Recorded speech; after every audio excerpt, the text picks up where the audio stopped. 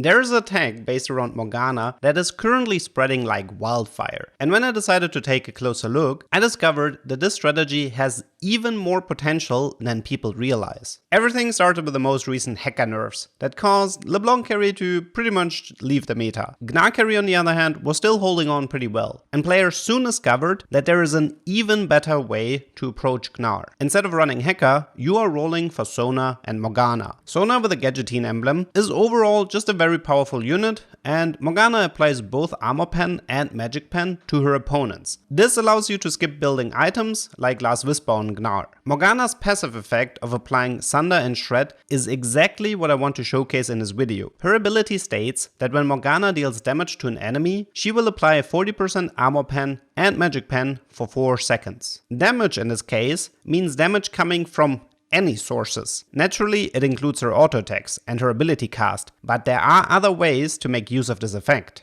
You probably knew everything until now already, so let's talk more about the juicy stuff. In TFT, we have items that can deal damage, for example, Static Shiv. It applies a low amount of magic damage to 4 different enemies. It turns out that if you give this item to Morgana, it will also apply the 40% Armor Pen to 4 different units because of her passive. The only downside here is that you already have Magic Pen with Static Shiv, so a bit of value is getting lost here. But if you remember my Guardbreaker video, then you might realize where this is going. If Static Shiv can proc her passive, this means the same should apply to all direct damage items like Hurricane or Ionic Spark, and this is exactly the case. The only problem is that building a Hurricane on Morgana doesn't sound very appealing, and Ionic Spark just sounds like a worse Static Shiv. That's why the solution to this problem is called Sunfire. Morello would work too, but I mean, it's kinda pointless since her ability damage will already proc her passive. The beautiful part about combining Morgana with Gadgeting is that you also gain access to items like Gadgeting Sunfire and Gadgeting Ionic Spark. You can put any of these items onto Morgana